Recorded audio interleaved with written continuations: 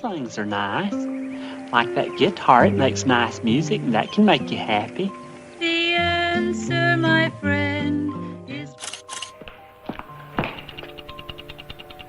Hi, you got a bomb in here? Shooting off, Sergeant, just telling folks about Post Toasties, the toasted cornflakes. It's America came in the cocina. At 87, Jim Nabors, the beloved star of Gomer Pyle USMC, sat quietly by the window of his seaside home in Honolulu, the slanting afternoon light tracing the lines of time across his face. In a trembling voice, he whispered, "There are loves that were never allowed to exist." But I lived in one of them with Rock Hudson.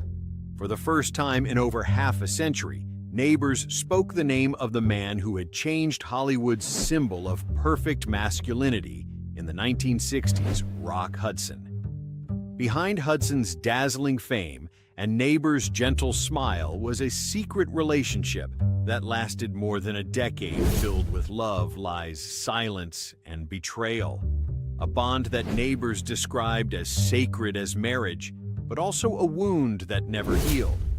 This was not just a love story, it was a tragedy born of fame and silence. And why did Jim Nabors keep that secret buried for more than 50 years, only to reveal near the end of his life that the marriage he once cherished was never a happy one? Let's find out. The answer begins on a summer night in 1963 in Beverly Hills, when two seemingly distant souls crossed paths and destiny began with a single glance. I still remember that night so clearly. Jim Nabors said, his voice lowering as if he were replaying an old reel of his life. Beverly Hills, summer 1963. Nabors had just finished filming The Andy Griffith Show when he received an invitation to a private party hosted by singer Tab Hunter, one of the rare gatherings where gay men could finally breathe freely, far from the paparazzi's cameras. "No one thought I'd show up," he recalled. "I was clumsy, quiet, just wanting to go home and read my script." But that night, Rock showed up. The room was filled with cigarette smoke and jazz music when Rock Hudson walked in, tall, sophisticated, with a presence that made everyone turn their heads. He lifted his glass, walked straight to Nabors and said, "I've seen you perform, Jim, and I think someone like you deserves to be truly loved." Nabors recalled that the whole room seemed to pause. He wasn't shy, not afraid of anything. And me, just looking at him made the world suddenly easier to breathe in. From that night on, the two began to meet. They sought each other out in rare, stolen moments, late nights at Rock's Palm Springs villa, which Hudson called the only place where we can be real. They sang together, cooked together, and dreamed of a future where they wouldn't have to hide. Rock wasn't like anyone I'd ever met. Nabors said, his eyes distant. He was strong, confident, and made me believe we could take on the whole world. But that world, Hollywood, never stayed quiet for long. Rumors began to spread after a party where Hudson was caught giving Nabors a look that was too affectionate. Universal Pictures warned him, "Don't let anyone photograph you two together." Then one night at the end of 1964, Hudson came to Nabors' small apartment in Los Angeles. Nabors remembered he didn't bring flowers, didn't smile, just sat down quietly and stayed silent for a long time before saying the words that Nabors would never forget. "If anyone asks, just say we're friends?" "Okay." Nabors sighed as he recounted it. That sentence cut like a knife. He said it gently, but I could hear the ending in his voice. Trying to stay calm, he asked, "What about everything between us? Rock, are we just friends now?" Hudson looked out the window, avoiding his gaze. "I don't have a choice. They're threatening to cancel my contract. I just need you to understand." He left right after that. Nabors said, his hands trembling. No hug, no kiss. The door closed, and all I could hear was the ticking of the clock. I knew from that moment on our love would have to live in silence. He paused, then whispered, "I thought I was stronger than that. But when you love someone, just one sentence, 'We're just friends,' is enough to make everything collapse." From then on, Nabors and Hudson only met at social events, smiling politely like strangers. But behind every smile was the pain Nabors carried alone. "We thought we could hide it forever," he said. "But in Hollywood, nothing stays secret forever. Our love began in the light and ended in darkness. And as the light of fame grew brighter, that love began to melt away in the cold." After that night in late 1964, when Rock Hudson uttered the words, "We're just friends," everything inside Jim Nabors crumbled. Yet he still held on to a fragile hope that the man he loved might come back. That hope lasted exactly 2 years, until Rock signed a new contract with Universal Pictures in early 1966. The contract preserved Hudson's A-list status, but it came with a harsh condition. He had to maintain the image of the perfect gentleman, meaning the public could only see a Rock Hudson who was strong, charming, and always accompanied by beautiful women. That was when Nabors realized that the man who once said he loved him had stepped into another role, one that would define the rest of his life. After 1966, Rock began appearing everywhere in the press alongside famous actresses, Doris Day, Phyllis Gates, Carol Burnett. The magazines called them Hollywood's golden couples. As for Nabors, when he looked at those photos, he simply folded the newspaper in silence. He wasn't angry, only empty, as if the man in those pictures was no longer the Rock Hudson he had once known. The distance between them gradually became absolute. The phone calls grew less frequent, then stopped altogether. The short flights to Hawaii that Hudson once called private getaways were no more. Nabors kept waiting still, believing the man was just busy. But the longer he waited, the clearer it became he had been left behind. The only news he had of Rock now came from the papers, glittering premieres, photos with beautiful actresses, and glowing words from fans praising the ideal image of a perfect man. In 1967, Hudson went to Europe to film Tobruk. For 6 months abroad, he didn't send Nabors a single line. When he returned, Rock invited Jim to the Los Angeles premiere. Nabors went holding on to a fragile hope that maybe somehow they would speak, even if only to exchange an old greeting. But Rock merely shook his hand perfunctorily for the cameras, then turned and smiled at a female co-star. Nabors stood alone in the grand lobby, surrounded by the blinding flashes of dozens of cameras, dazzling and cold enough to suffocate. After that night, everything became clear. Rock Hudson had crossed into another world, the world of fame, where Jim Nabors no longer existed. When rumors of their unusually close friendship began appearing in a tabloid, Hudson reacted harshly. He immediately cut off all contact, ordered his lawyer to deny everything, and avoided Nabors completely. Jim tried calling. The line rang, but no one picked up. After a few tries, he understood he had been erased from Rock Hudson's life. In the summer of 1969, Nabors was hospitalized from exhaustion. Doctors said he was suffering from nervous fatigue and advised him to rest and leave Los Angeles for a while. Jim chose Hawaii, the place that had once been their secret escape. But this time, he went alone. He rented a small beachfront house in Honolulu, sang old songs, and tried to forget the voice and smile that had haunted him for years. Even far away, he still followed Hudson through the news. Each time he saw Rock's name on a magazine cover, it felt like an old wound reopening. He didn't hate him. He only felt pity, knowing that behind that perfect exterior was a man living two lives, one for Hollywood and one for himself. By the end of 1970, Nabors returned to the stage, but his voice had changed. It was deeper, heavier, and carried an unmistakable sadness. In a backstage interview, when asked whether he still kept in touch with Rock Hudson, Nabors simply smiled faintly and replied, "He's busy playing his role."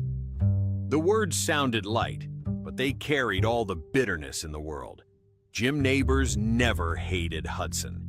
He once said their love didn't die because they stopped loving each other, but because Hollywood never allowed it to exist.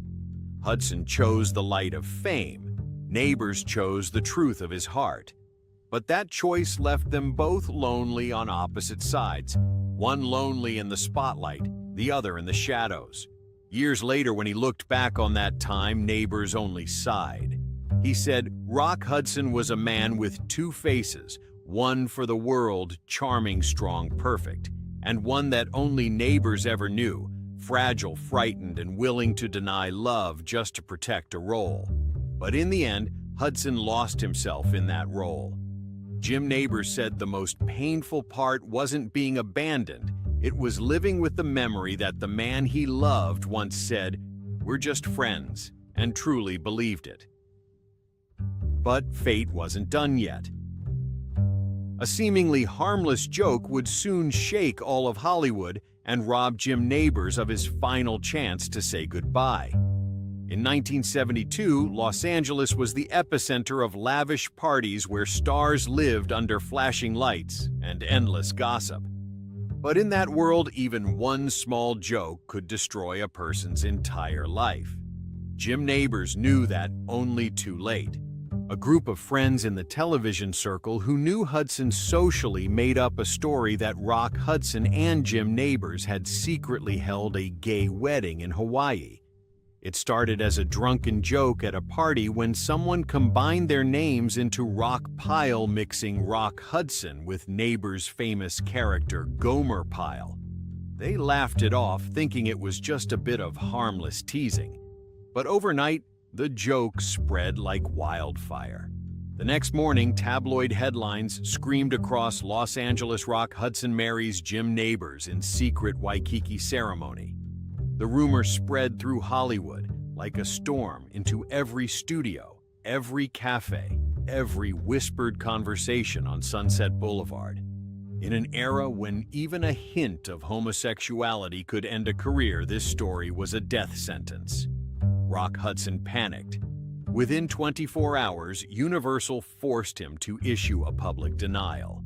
Standing before dozens of reporters, Hudson said coldly, "I have never had any kind of relationship with Jim Nabors. We are just friends." For Nabors, those words felt like a punch to the heart. I'd heard that sentence before he said at age 87, but this time he said it to the whole world. While Hudson's PR team rushed to contain the scandal, Jim Nabors was completely alone. He stayed in Hawaii, once their peaceful refuge, now a place to hide from the whispers. Reporters knocked on his door, neighbors gossiped angry fans, sent hate letters, and some even threw effigies of Gomer Pyle into the Waikiki surf to mock him. Television wasn't kind either. Several sponsors withdrew their contracts and his music show was canceled. Many fans who once adored Jim Nabors now looked at him differently, half with pity, half with disdain. He didn't go out for months. By day, Nabors sat by the window staring out at the sea where the waves crashed endlessly against the shore like the rhythm of a painful past that refused to fade. At night, he drank, playing his old recordings, hearing in his mind Rock Hudson's voice softly singing Danny Boy in the living room of the Palm Springs house they once shared. "I kept listening to it," he said, as if he were still there, just too afraid to come closer. Friends urged him to speak out, to even file a lawsuit to defend his name. But Nabors only shook his head. "If I speak, they'll say I'm confirming the rumor. If I stay silent, they'll say I'm scared. Whatever I do, I've already lost." In the end, he chose silence. Not because he was weak, but because he was tired. While Hudson publicly denied everything, Nabors was painted as a man using the scandal for attention. He understood that in Hollywood's eyes, Hudson would always be the perfect man, and he would forever be the small-time singer clinging to a bigger star. Years later, neighbors could still recall that afternoon, the moment Hudson's denial aired on television. He sat alone, lights off, staring at the screen. Hudson, dressed in a suit, wore a faint smile and calmly told reporters there was no such thing as a wedding in Hawaii. Neighbors said, "I looked into his eyes through that screen and realized that in his eyes I no longer existed." The Rock Pyle story became a running joke for years. At Hollywood parties, people mentioned it as a bit of lighthearted gossip. Neighbors, whenever he heard his name used as a punchline, simply forced a faint smile. He chose to protect his image, he said, and I chose silence. That was the last time we ever saw each other. After 1975, the two cut all contact. No calls, no letters, not even a backward glance. Hollywood kept shining as if no scandal had ever happened, while Neighbors lived quietly in his small Honolulu home, planting flowers, raising dogs, and singing only for himself. But the loneliness remained deep, quiet, and unending. He once confessed that what hurt the most wasn't the humiliation, but being denied by the man he loved. Rock Hudson could deny him before the world, but Neighbors could never deny his own heart. He had loved, and that love, though buried in silence, lived on as a scar that never healed. Each time the sea breeze swept in, it brought back the nights in Palm Springs when they held hands and promised to overcome everything. "We believed love was strong enough," Neighbors said. But in the end, fear won. As he told the story, his eyes glistened. "I don't resent Rock. I just regret. Because if he'd had the courage to hold my hand one more time, maybe both our lives would have been different." Hollywood saw it as a funny story, a harmless joke. But for Jim Neighbors, it was a tragedy. The tragedy of a man who loved someone too afraid to love him back. 10 years later, when death came knocking on Rock Hudson's door, it was he himself who reopened the past to say a belated apology. June 1984. Los Angeles sweltered under the summer heat. In a private hospital near Beverly Hills, Rock Hudson sat alone by the window, watching the stream of cars glittering under the afternoon sun. Doctors had just told him the results were positive AIDS, a disease the world then saw as a death sentence. The news not only shocked Hollywood, but shattered Rock Hudson, the man once hailed as America's ultimate symbol of masculinity. For weeks afterward, he avoided all calls and refused to appear in public. Those close to him said Hudson spent sleepless nights writing something in a small notebook, then tearing the pages apart and throwing them away. No one knew whom he was writing to until singer Doris Day, his longtime friend, was called to visit. According to Doris, Hudson sat in silence for a long while before opening a drawer and pulling out a neatly folded white envelope. "Please, give this to Jim," he said hoarsely. On the outside, in shaky handwriting, were the words, "To Jim, the one I never stopped missing." In the letter, Hudson wrote, "I spent my whole life playing someone else. If there's a next life, I want to love you openly, not in the dark, not in fear." Doris Day kept her promise. A few weeks later, the envelope arrived in Honolulu, Hawaii, where Jim Neighbors had been living in quiet seclusion since the 1972 scandal. When the mailman left, Neighbors held the envelope for a long time without opening it. "I knew who it was from. I knew exactly what words waited inside. But I was afraid that if I read it, everything would come rushing back." It took him nearly a full day to finally open it. He didn't cry.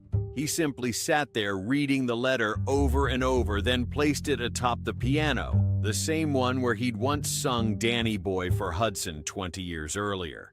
"I don't know if it was an apology or a farewell," Neighbors said softly, "but to me, it was both." He never made the letter public.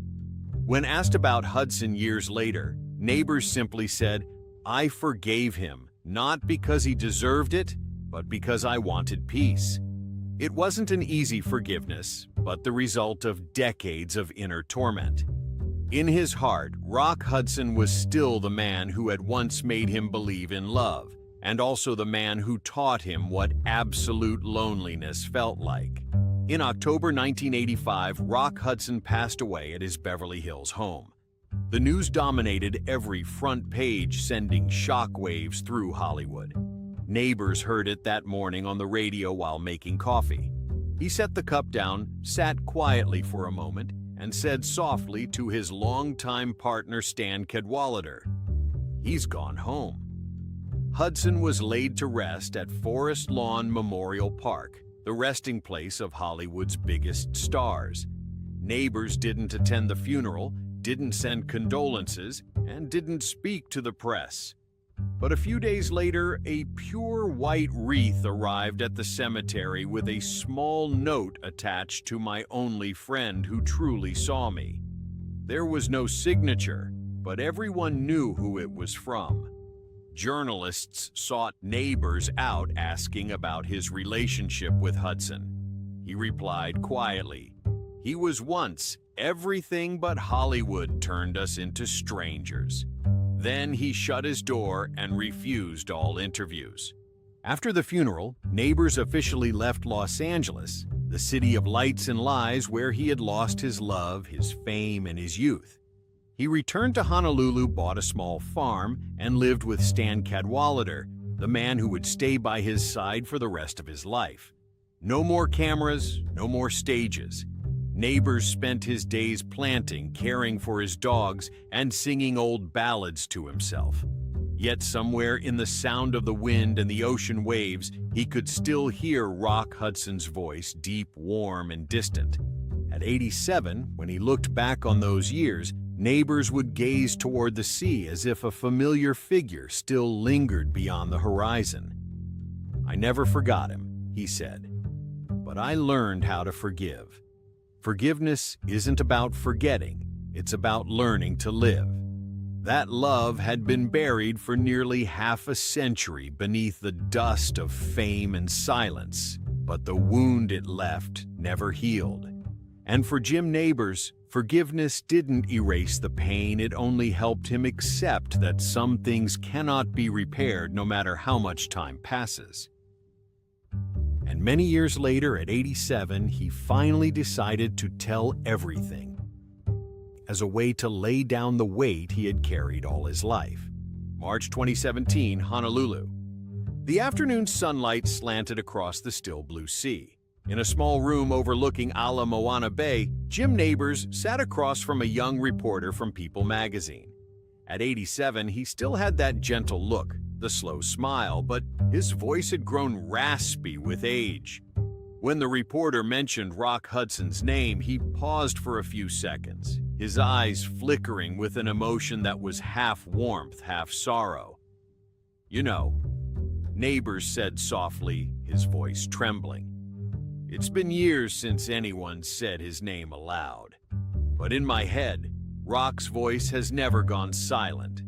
The conversation that day hadn't been planned. The reporter had only wanted to talk about his music and career, but Nabors, perhaps knowing his time was short, opened the door to memories he'd spent a lifetime hiding.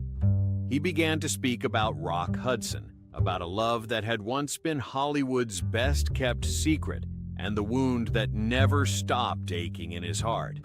He smiled faintly. "People ask me all the time, did we really get married? The answer is no, at least not in the way the world defines marriage. But for me, that love, those years we lived together, sharing everything, holding on to each other through fear and loneliness, it felt no different from a marriage, only it wasn't a good one." The reporter sat silently, not daring to interrupt. Jim Nabors spoke slowly, each sentence cutting like an old scar reopened.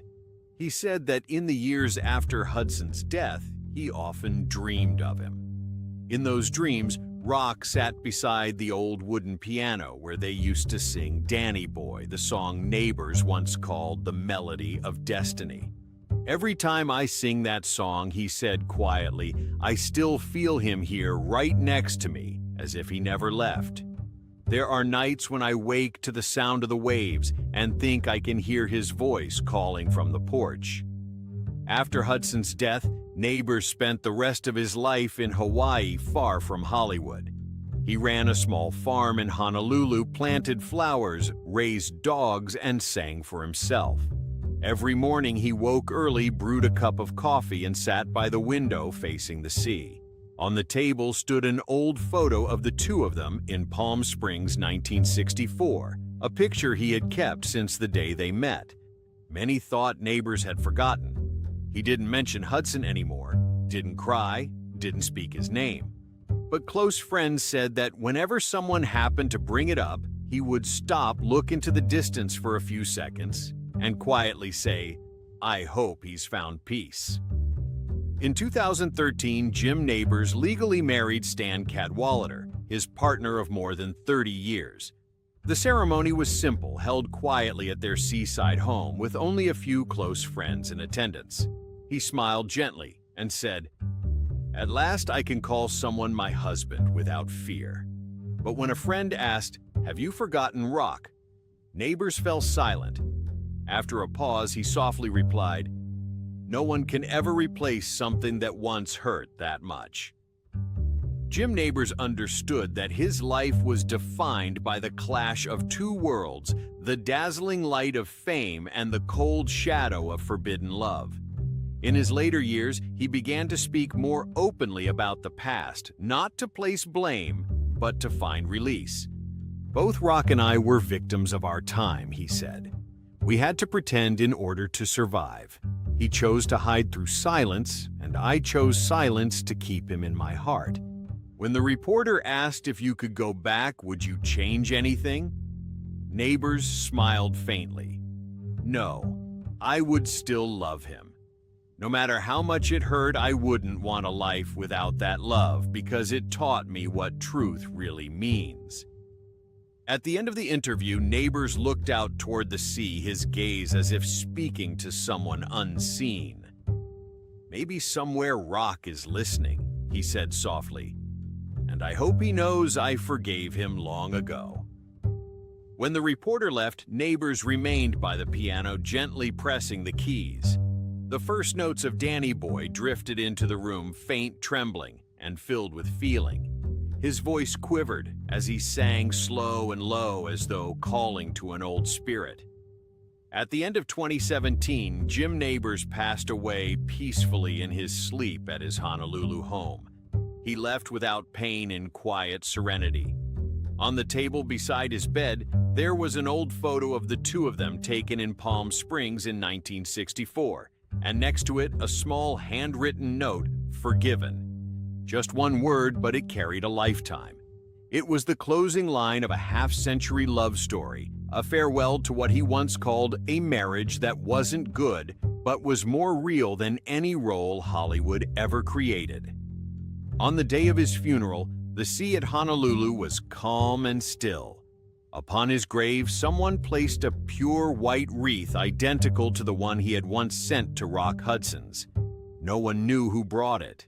Some said it was Stan, others claimed it was an old friend. But those who knew the story believed it was fate coming full circle to close a forbidden love. Jim Nabors once said, I'm not afraid of death. I'm only afraid of dying without ever having lived truthfully. And perhaps only when he closed his eyes for the last time did he finally live truthfully. No more fear, no more hiding, no more having to call love by another name. Amid the sound of Honolulu's waves, people say that on clear moonlit nights, you can still hear a faint voice singing from his old house the familiar melody of Danny Boy drifting through the air like a soft goodbye, a thank you, and a final message to the man he loved all his life.